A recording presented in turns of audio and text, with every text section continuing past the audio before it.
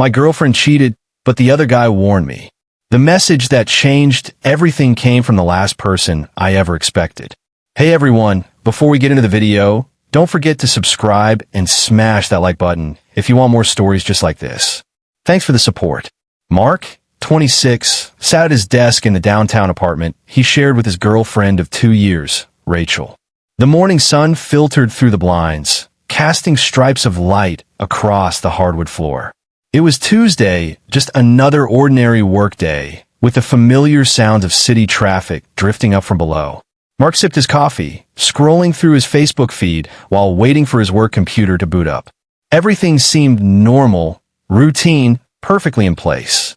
Rachel had already left for her yoga class, a ritual she maintained 3 times a week. Her presence still lingered in their apartment. The scent of her perfume on the pillows, the half-empty water glass on her nightstand, the way she'd neatly folded the blanket on the couch before leaving. Mark smiled thinking about her. They had met through mutual friends at a party, and what started as casual dating had blossomed into a serious relationship.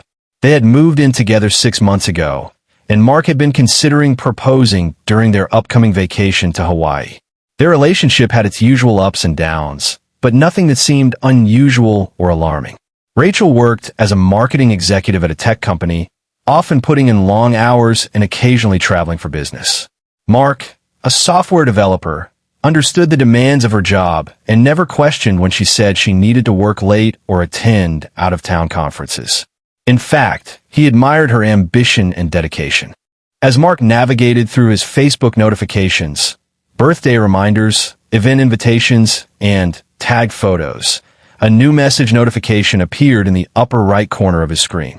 He clicked on it, expecting to be from his sister about their upcoming family dinner or perhaps a college friend planning a reunion. Instead, the message was from a complete stranger. The profile picture showed a man in his late 20s with dark hair and a serious expression. Mark didn't recognize him at all. The message was brief, but immediately unsettling. "I think we need to talk about Rachel." Mark's heart began to pound. Who was this person, and how did he know Rachel? Was it an old friend? A coworker? An ex-boyfriend? He immediately checked the man's profile, but it was set to private, revealing only his name, David Chun, and that they had no mutual friends. This was strange.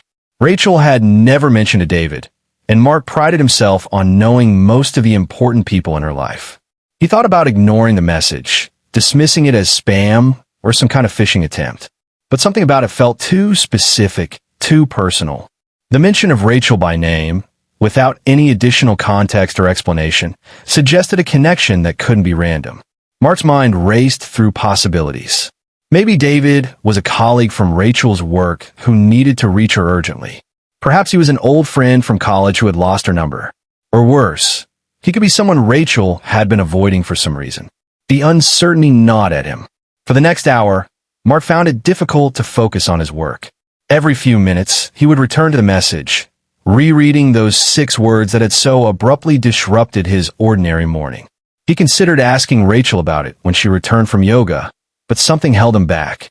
Why would a complete stranger message him about his girlfriend? Why not message Rachel directly? As the day progressed, Mark's initial unease transformed into a growing sense of dread. He found himself replaying recent conversations with Rachel, searching for clues he might have missed. He thought about her recent business trips, the late nights at the office, the occasional text messages she would quickly delete when he entered the room.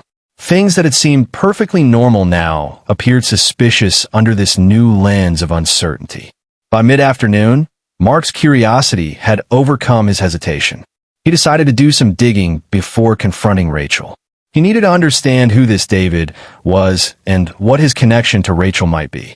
Armed with only a name and a profile picture, Mark began his investigation, unaware that this single message would unravel everything he thought he knew about his relationship. The investigation began with a simple Google search of David's name, but as expected, the results were too broad to be useful. Mark tried combining the name with their city, with Rachel's company, with various other keywords that might yield a connection. Nothing. David Chun remained a mystery, a digital ghost who had reached out with an enigmatic message and then disappeared back into the anonymity of the internet. Frustrated but determined, Mark turned his attention to Rachel's online presence. He already knew about her main Instagram account, which she used frequently to document their life together, vacations, dinners, nights out with friends. But he wondered if she might have other accounts, perhaps more private ones where she shared different aspects of her life. The thought felt like a betrayal of trust, but Mark justified it to himself as a necessary investigation. If David was someone innocent, a coworker or old friend, he could simply ask Rachel about him and clear up the confusion. But if there was something more to this message, he needed to know before confronting her. Mark remembered that Rachel had once mentioned having a Finsta, a fake Instagram account, where she posted more candid, less polished content meant only for close friends. She had joked about it being where she posted her ugly selfies and rants about bad days. When Mark had asked to follow it, she had laughed and said it was just for the girls, a place where they could be themselves without judgment. At the time, Mark had accepted this explanation without question. Now, he wondered if there was more to this private account than she had let on. He began by checking the list of accounts that Rachel followed on her main Instagram profile, looking for any that might be alternate accounts of hers. He found a few possibilities, accounts with similar usernames or profile pictures, but couldn't be certain without seeing the content. Next, Mark tried a different approach. He remembered that Rachel sometimes used her laptop to log into Instagram, and her browser might have saved her login information. When she had left for work that morning, she had forgotten to shut down her computer, which now sat on their shared desk in the living room. Mark hesitated, his finger hovering over the trackpad. This felt like crossing a line, a violation of the privacy that was essential to any healthy relationship. But the memory of David's message propelled him forward. He opened the browser and navigated to Instagram, where he found that Rachel was indeed still logged into her main account. From there, it was simple to switch to her other accounts. One was indeed the Finsta she had mentioned, filled with silly selfies and complaints about work. Nothing alarming. But there was another account, one with a username that gave no indication it belonged to Rachel. This account was set to private, with only about 50 followers and a similar number of posts. Mark's heart raced as he clicked on the profile. The profile picture was a landscape photo from a trip they had taken to Big Sur last year, but there was nothing in the bio that connected it to Rachel. He scrolled through the posts, his confusion growing with each image. The account seemed to be a personal diary of sorts, documenting moments from Rachel's life that Mark had never seen. There were photos of restaurants he didn't recognize, with captions about our first date or our favorite spot. There were pictures of a hiking trail he had never been on, described as our place. And most disturbingly, there were photos of Rachel with another man, sometimes just the two of them, sometimes with a group of friends. Mark's hands trembled as he zoomed in on these photos. The man was David Chun, the same person who had sent him the cryptic Facebook message. In the photos, Rachel and David looked happy, comfortable, intimate. Their body language suggested a familiarity that went beyond casual friendship. In one photo, David had his arm around Rachel as they watched the sunset. In another, they were laughing together at what appeared to be a concert. But what confused Mark most was that scattered among these photos were pictures of him and Rachel together. Photos from their vacations, from holidays, from special occasions. Some are the same photos she posted on her main account, but others were more intimate, private moments that she had never shared publicly. Why would she include photos of Mark on what appeared to be a secret account dedicated to her relationship with David? As Mark continued to scroll through the posts, he noticed a pattern. The photos with David were more recent, mostly from the past 6 months. The photos with Mark were older, with the most recent one being from about 7 months ago. It was as if she had been documenting the transition from one relationship to another, preserving memories with Mark while simultaneously creating new ones with David. The discovery left Mark feeling disoriented and sick to his stomach. His mind struggled to make sense of what he was seeing. Was Rachel cheating on him with David? If so, why would she document it so carefully? And why include photos of their relationship on this secret account? The most plausible explanation was that Rachel had been maintaining 2 separate relationships, carefully keeping them compartmentalized. The main Instagram account was for her public life with Mark, the relationship she presented to the world. The secret account was for her private life with David, a relationship she kept hidden from everyone, including, it seemed, David himself. This realization brought Mark back to David's mysterious message. "I think we need to talk about Rachel." Perhaps David had discovered the existence of this account and realized that Rachel was not who she claimed to be. Perhaps he had found the photos of Mark and Rachel and realized he was not the only man in her life. With shaking hands, Mark took screenshots of the most incriminating photos, the ones of Rachel and David together, the ones that clearly indicated a romantic relationship. He wasn't sure what he would do with this evidence yet, but he knew he needed to preserve it before Rachel had a chance to delete everything. As he sat there, staring at the screen, Mark felt a profound sense of betrayal. The woman he loved, the woman he had been planning to propose to, had been living a double life. All those times she said she was working late or traveling for business.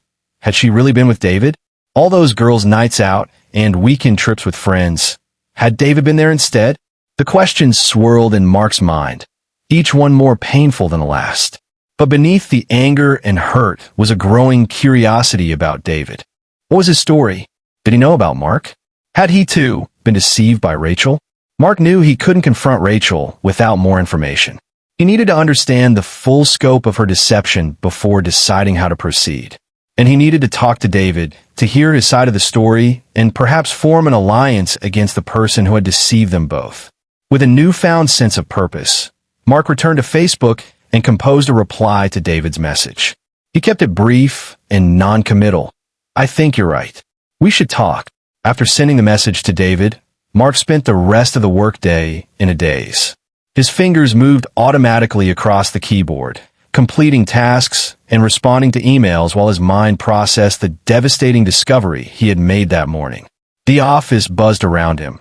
The hum of computers, the murmur of conversations, the occasional burst of laughter, but Mark felt isolated in his bubble of shock and betrayal. He kept checking his phone, waiting for David's response. Each notification made his heart jump, only to sink when it turned out to be a routine work email or a text from his mother asking if he was coming for dinner on Sunday. The waiting was excruciating, a period of suspended animation between the discovery of Rachel's betrayal and the next step in confronting it. When Rachel came home that evening, Mark had to force himself to act normal. She breezed through the door, yoga mat slung over her shoulder, her face glowing with post-workout contentment. She dropped her keys in a bowl by the door and came over to kiss him, her lips tasting of mint and something sweet. "Hard day?" she asked, noticing the tension in his shoulders. Mark forced a smile. "Just the usual. You know how it is."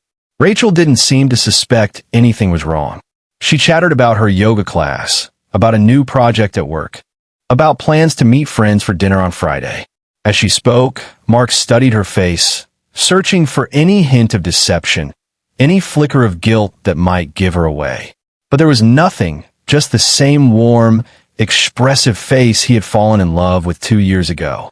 This apparent normalcy was almost more disturbing than if she had acted suspiciously. How could she live such a double life and show no signs of stress or guilt? Was she that good at compartmentalizing?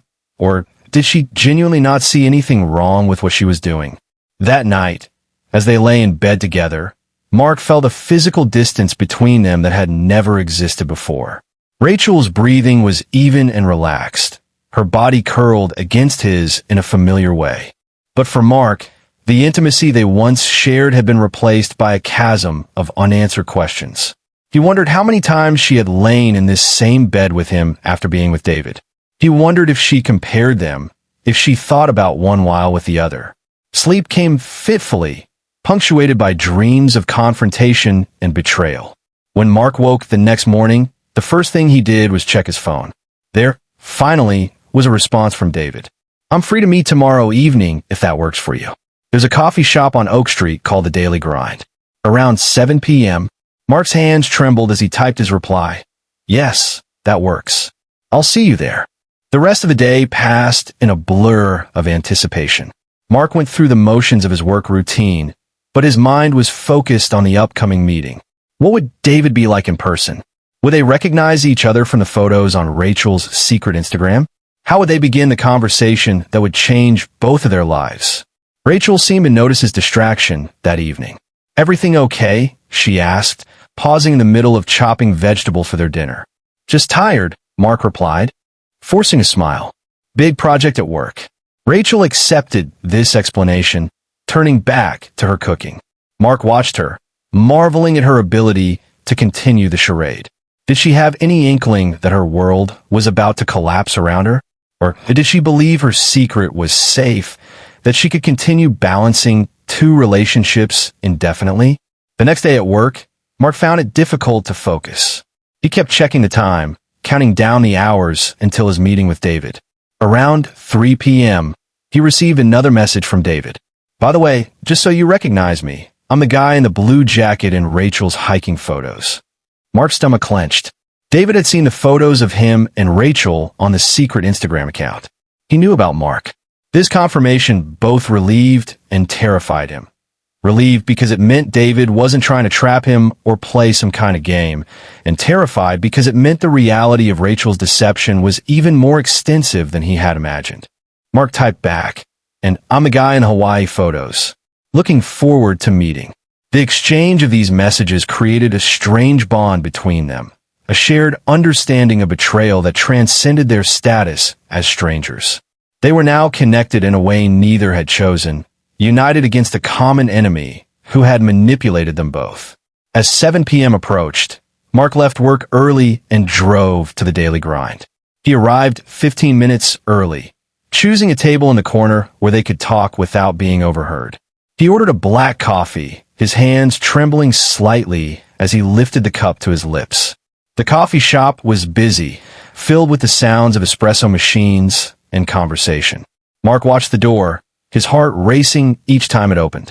He rehearsed what he would say, how he would begin this most unusual of conversations.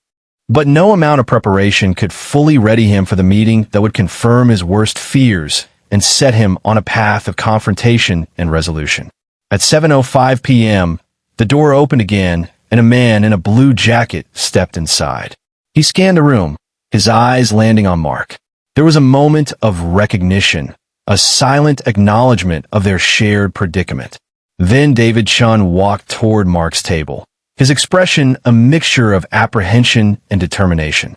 David slid into the chair opposite Mark, setting his backpack on the floor beside him. For a moment, neither man spoke, simply regarding each other with a mixture of curiosity and caution. In person, David looked much like he did in the photos, tall and lean, with dark hair and thoughtful eyes.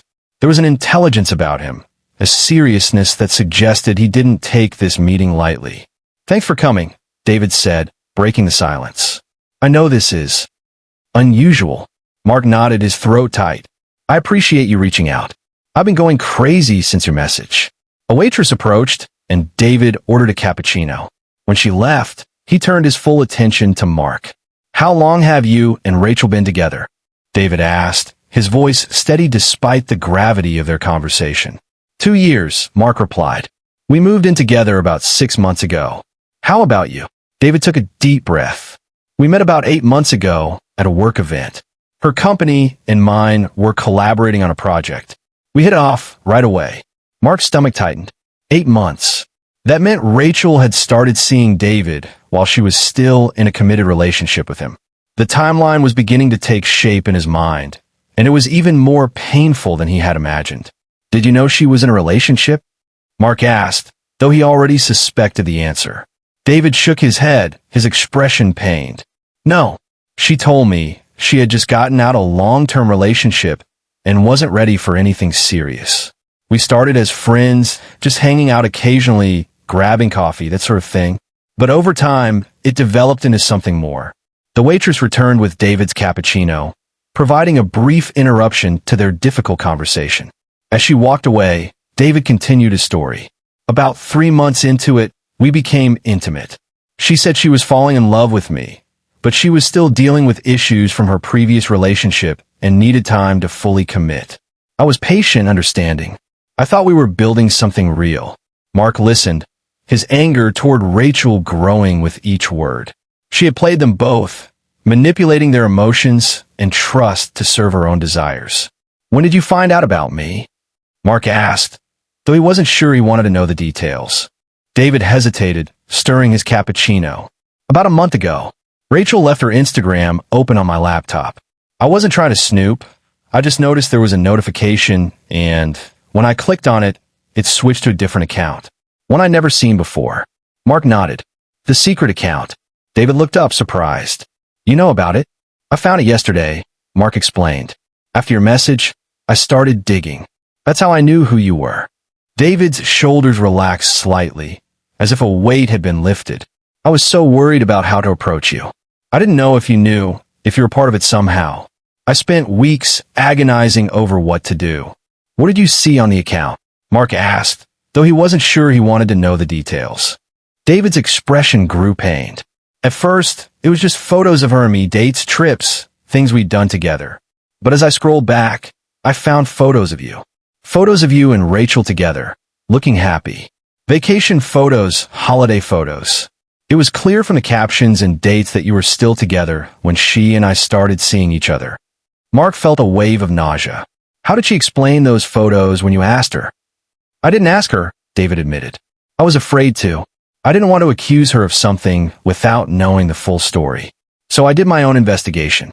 I found your Facebook profile, saw photos of you and Rachel together, recent photos. That's when I knew for sure she was lying to both of us. Mark nodded, understanding David's caution. Why didn't you confront her directly? David sighed. I almost did many times, but something held me back. I guess I was hoping there was some explanation I wasn't seeing, some context that would make it all make sense. And honestly, I was hurt. I needed time to process everything before I could face her. Mark could understand this reasoning. The betrayal was so profound, so multifaceted, that it required time to fully comprehend its implications. How did you find my Facebook profile? Mark asked. Your name was tagged in some of the photos with Rachel, David explained. Once I had your name, it was easy to find you. I spent hours looking through your profile, trying to understand what kind of relationship you and Rachel had. It seemed so genuine, so committed. That's what made it all so confusing. Mark thought about his Facebook profile, the photos of him and Rachel, the posts about their life together, the anniversary celebrations. It was all real to him, but now he wondered how much of it had been real for Rachel. I still don't understand why she would keep photos of us on that account, Mark said, more to himself than to David. If she was trying to hide our relationship, why document it? David considered this for a moment. Maybe she wasn't trying to hide it from herself. Maybe it was her way of keeping track of her life, all parts of it. Or maybe she enjoyed the thrill of living a double life, of having the best of both worlds. The thought made Mark shudder. The idea that Rachel might have derived pleasure from their deception was almost more painful than the deception itself. What do we do now? Mark asked, realizing they had reached the pivotal question. David met his gaze, his expression determined. I think we need to confront her. Together. She's been lying to both of us, manipulating us. She owes us the truth. Mark nodded, though the thought of confronting Rachel filled him with dread. This weekend, David suggested. Saturday evening. We could meet at your place, or somewhere neutral if you prefer. My place, Mark decided. She needs to see that this is real, that we've talked. She can't deny it or try to play us against each other. They spent the next hour planning the confrontation, discussing what they would say, how they would present the evidence they had gathered. It felt surreal, like planning a military operation rather than a relationship discussion. But then again, this wasn't a typical relationship discussion. It was a reckoning. As they finished their coffee, Mark felt a strange sense of camaraderie with David. They were strangers brought together by betrayal, united in their quest for truth and closure. The man he had viewed as a rival just hours ago was now his ally, his confidant in this most unusual of circumstances. Thank you again for reaching out, Mark said as they prepared to leave. I know this couldn't have been easy for you. David shook his head. It was the right thing to do. No one deserves to be treated like this. We deserve better. As they parted ways, Mark felt a mixture of emotions. Anger at Rachel's betrayal, relief at finally knowing the truth, and anxiety about the confrontation to come. The next few days would be difficult, filled with tension and uncertainty. But for the first time since receiving David's message, Mark felt a sense of control, of agency. He was no longer a passive victim of Rachel's deception, but an active participant in uncovering the truth and seeking justice. The days leading up to the confrontation were a masterclass in emotional suppression for Mark. Each morning, he woke with a knot of dread in his stomach, which he had to force down before Rachel emerged from the bedroom. Each evening, he came home to her warm greetings and casual conversation, responding with practiced normalcy while his mind raced with thoughts of the impending showdown. Thursday passed in a tense blur. Mark and Rachel went through their usual routines. Work, dinner, a bit of television before bed. But for Mark, every interaction was colored with the knowledge of her betrayal. He found himself studying her, searching for cracks in the facade, for any hint that she sensed something was wrong. But Rachel remained blissfully unaware, her behavior as loving and attentive as ever. On Friday, Mark received a text from David. "Still on for tomorrow? Let me know if you need to change plans." Mark replied quickly, "Yes, still on. 7 p.m. at my place. I'll make sure Rachel is home." That evening, as they sat on the couch watching a movie, Mark felt an overwhelming urge to call off the confrontation. Rachel's head rested on his shoulder, her hand intertwined with his, her breathing soft and regular. In this moment, she seemed so genuine, so loving, that it was hard to reconcile this woman with the one who had been leading a double life. But then Mark remembered the photos on her secret Instagram account, the dates with David, the intimate moments, the clear evidence of a relationship she had hidden from him. He remembered David's pain and confusion as he recounted discovering the truth. And he steeled his resolve, knowing that the confrontation was necessary, no matter how difficult it might be. Saturday arrived with a gray sky and a light drizzle, mirroring Mark's internal state. He spent the morning cleaning the apartment, not because it needed it, but because the physical activity helped channel his nervous energy. Rachel went out with friends, giving him space to prepare for the evening. At 5 p.m., Mark received another message from David. "On my way. I'll be there around 6:30. Just wanted to give you a heads up." Mark's heart began to pound. The moment of truth was approaching. He took a deep breath, trying to calm his nerves, and replied, "Okay. Rachel should be home by then. See you soon." Rachel arrived home at 6:15 p.m., carrying bags from a shopping trip with her friends. She was in high spirits, chattering about the sale she had found and the new restaurant they had tried for lunch. Mark listened with half an ear, his mind focused on the ticking clock. "David's coming over around 7, Mark said casually, trying to keep his voice steady. Rachel paused, a sweater she had bought held up for inspection. "David? Who's David?" Mark's stomach tightened. This was at the first test. "He's a colleague from work. We're working on a project together and need to go over some details." Rachel nodded, apparently accepting this explanation. "Oh, okay. Well, I'll try to stay out of your way. Do you guys need anything? I can make some snacks or order pizza." "No, we're good," Mark replied, relieved that she hadn't questioned further. "We probably won't be too long." As Rachel disappeared into the bedroom to put away her shopping, Mark took a moment to collect himself. The lie had rolled off his tongue more easily than he expected, but left a bitter taste in his mouth. Here he was, being dishonest with Rachel about the very conversation in which he planned to confront her dishonesty. The irony was not lost on him. At 6:30 p.m., the doorbell rang. Mark's heart leaped into his throat. He took a deep breath before opening the door to find David standing there, his expression a mixture of determination and apprehension. "Come in," Mark said, stepping aside. David entered the apartment, his eyes scanning the space that Mark shared with Rachel. There were photos of them on the walls, vacation pictures, holiday snapshots, candid moments from their life together. David paused at one of these photos, a framed picture from their trip to Hawaii, the same one that appeared on Rachel's secret Instagram account. "This is weird," David said quietly, turning to Mark. "Seeing these in person." Mark nodded, understanding David's disorientation. "I know. It's a lot to take in." Just then, Rachel emerged from the bedroom, dressed in comfortable jeans and a sweater. She stopped short when she saw David, her friendly expression freezing on her face. "Rachel, this is David," Mark said, his voice steady despite the adrenaline coursing through his veins. "David, this is Rachel." The air in the room grew thick with tension as Rachel and David faced each other.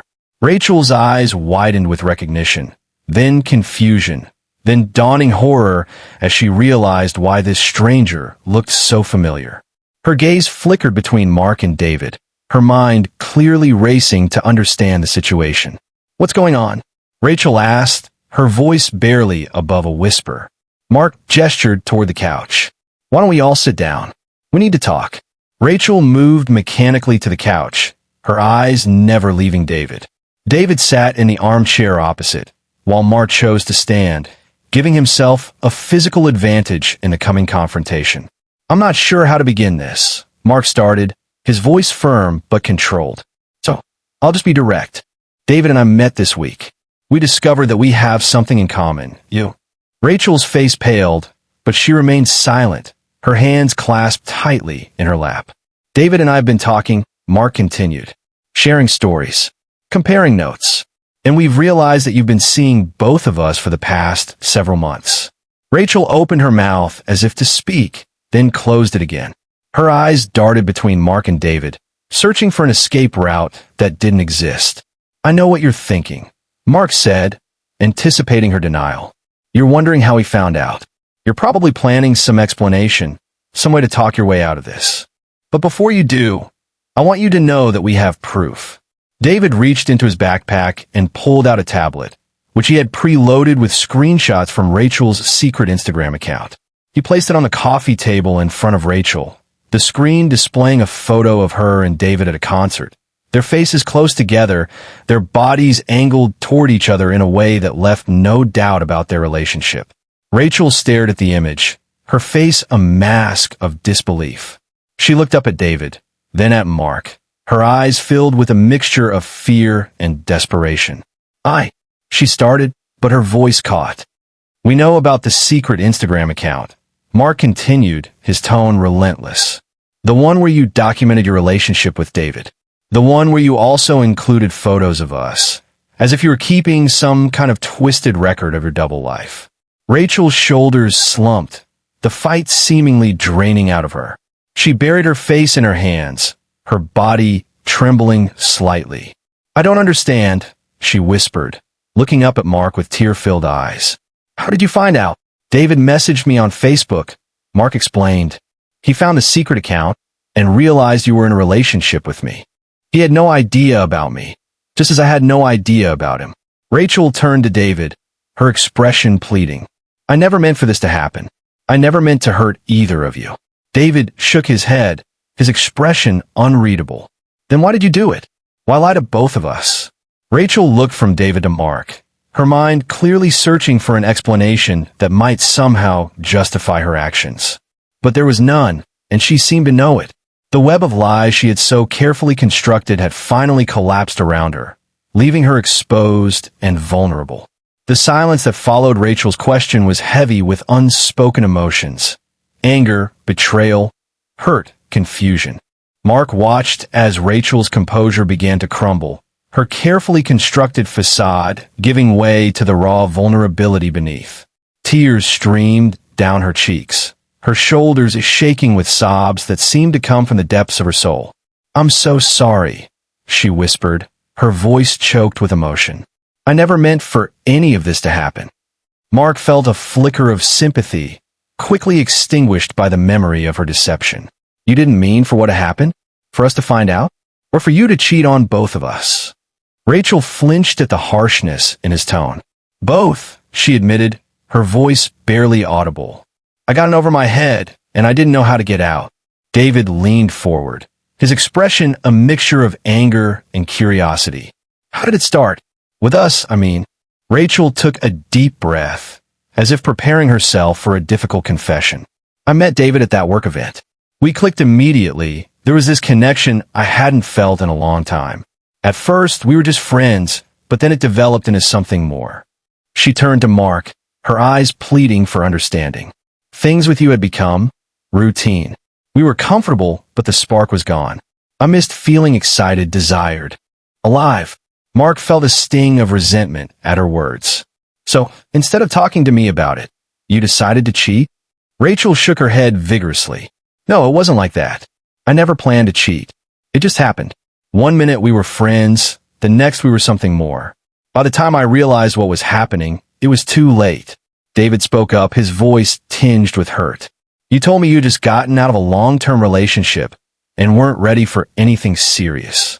You led me to believe you were single. I was confused, Rachel explained, her gaze shifting between them. I did have feelings for you, David. Real feelings. But I was still attached to Mark, to the life we had built together. I didn't want to lose either of you. Mark felt a surge of anger at her selfishness. So, you decided to have both of us?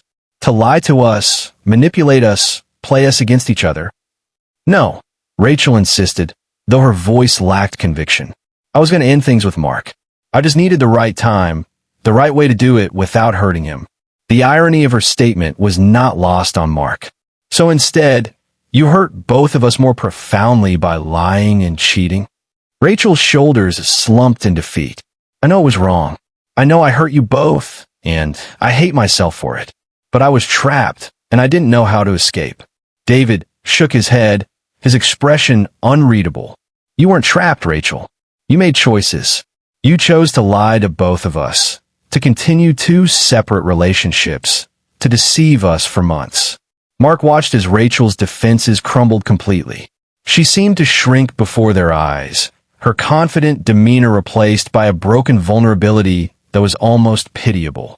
What happens now? She asked, her voice trembling. Mark and David exchanged glances, a silent communication passing between them. They had discussed this possibility, had prepared for this question. I think you need to move out, Mark said, his voice firm but not unkind. Tonight. Rachel looked up at him, her eyes wide with disbelief. Tonight? But where will I go? That's not my concern, Mark replied, his tone leaving no room for negotiation. You can stay with a friend, at a hotel, I don't really care. But you can't stay here. Rachel turned to David, perhaps hoping for an ally, but found none. David simply shook his head, his expression resolute. This is between you and Mark, David said quietly. My relationship with you is over. Rachel's face crumpled at these words, fresh tears streaming down her cheeks. She seemed to finally understand the gravity of her situation, the finality of her actions. I'll pack my things, she whispered, rising from the couch. As Rachel disappeared into the bedroom, Mark and David sat in uncomfortable silence. The confrontation was over, but the aftermath was just beginning. I should probably go, David said after a few minutes. Give you some space. Mark nodded, though he felt a strange reluctance to see David leave. Thank you for coming, for doing this with me.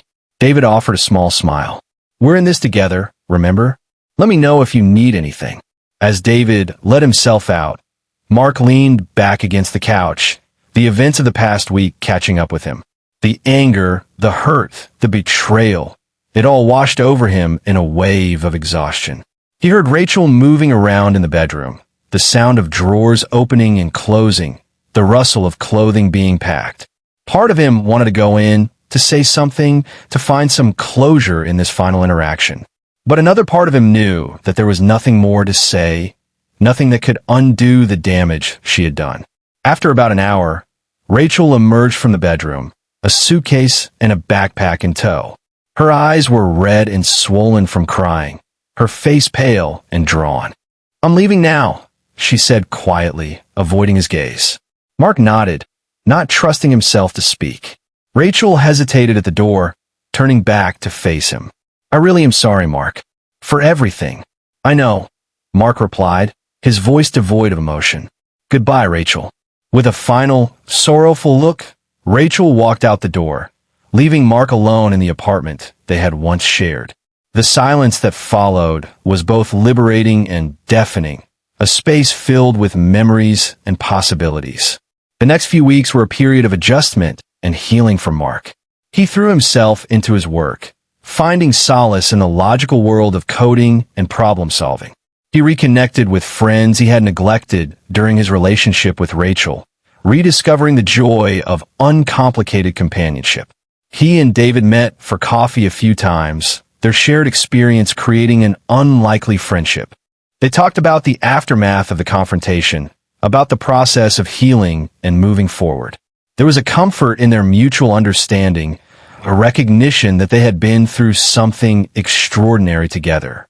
Months passed, and the sharp edges of betrayal began to soften, replaced by a more nuanced understanding of human fallibility. Mark reflected on the lessons he had learned from this experience. The importance of communication in relationships, the danger of assumptions, the value of trust. He also gained a new perspective on himself, on his own capacity for resilience and growth.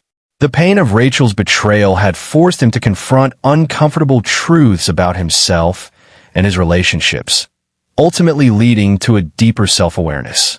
A year after the confrontation, Mark found himself in a new relationship, one built on a foundation of honesty and open communication. He was more cautious now, more aware of the potential for deception, but also more hopeful, more committed to creating a relationship based on mutual respect and trust. As he sat across from his new partner at their favorite restaurant, laughing together over some shared joke, Mark felt a sense of gratitude for the journey that had brought him here. The betrayal had been painful, the healing process difficult, but it had also been transformative, leading him to a deeper understanding of himself and what he truly wanted in a relationship. The message from David had changed everything, shattering Mark's world, but ultimately leading to its reconstruction on a more authentic foundation. And as he raised his glass in a toast to the future, Mark knew that he was finally ready to move forward, carrying the lessons of the past with him as he embraced the possibilities of tomorrow.